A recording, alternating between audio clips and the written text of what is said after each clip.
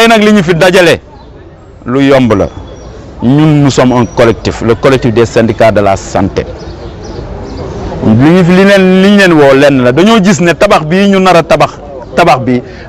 entre guillemets la tabax amu fi parce que li tax ma ne leen tabax amu fi booy tabax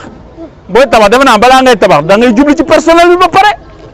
waxal ak personnel bi ba pare xam personnel bi fan lañ jëm boo ko defee ñun dinañ xam ne da ngay tabax mais tabax boo xam ne da nga nekk ci ruq boole woo ci partenaires sociaux yi di dérouler ce plan nga foog ne dina jàll mais on ne va pas l'accepter. Vous allez l'accepter? On ne va pas l'accepter. duñ ko nangu tey duñ ko nangu ëllëg rawatina hectares yi ñu bëgg a jaay 3 hectares yi mu bëgg a jaay président de la république tegu ko fenn parce que boo demee ci loi bi lu leer la wax. loi bi nee naa loolu alalu askan bi la. Encore une fois je lance un appel à la population sénégalaise askan bi yëpp laay wax ñu xamal leen ne combat bi seen combat la. du combat syndicaliste yi rek parce que ñun hôpital bi ñi fi fajoo ñëpp amuñu dara ay néew di doole lañ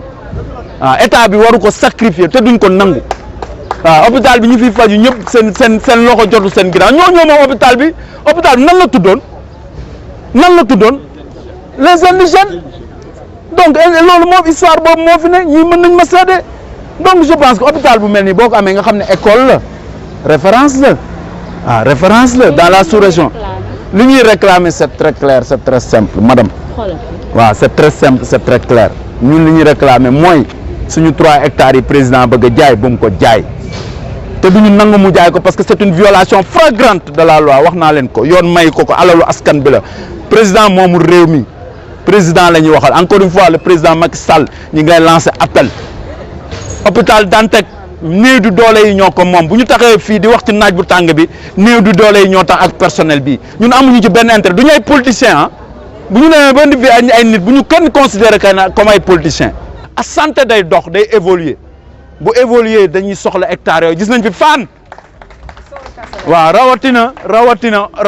hôpital Dantec c'est une référence wax naa leen sooru personnel bi c'est très simple loolu nag li ñu gën a ñor la parce que bi lu tax li ñu gëm ne président tabaxul bu doon day tabax day jublu ci ñii mais ñii kan moo xam seen ëllëg ku xam fii ëllëgam kenn xamu ko moo tax tabax bi tey xel rawatina ñun ñu def ci ay recherche am ci ay preuves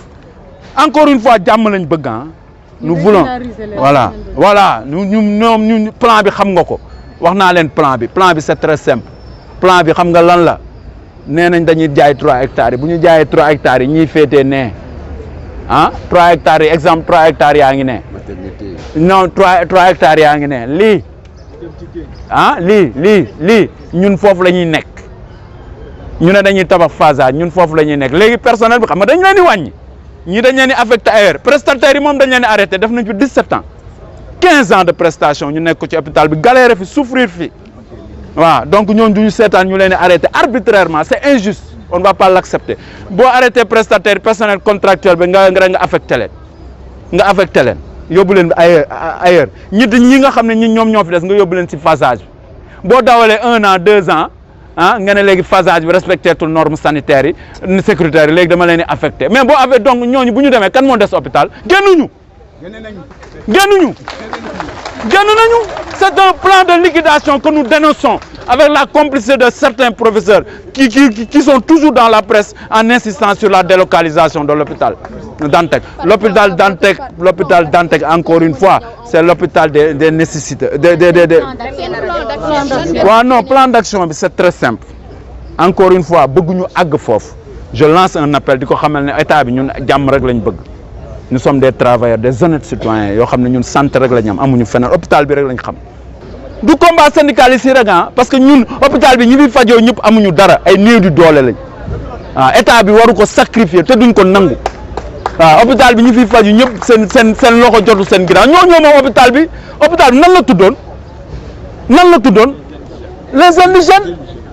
donc loolu moom histoire boobu moo fi ne ñii mën nañ ma seede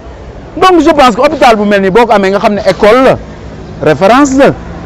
référence la dans la sous-région nee naa la 3 hectares yi mu bëgg a jaay yoon maye ko na ko bàyyi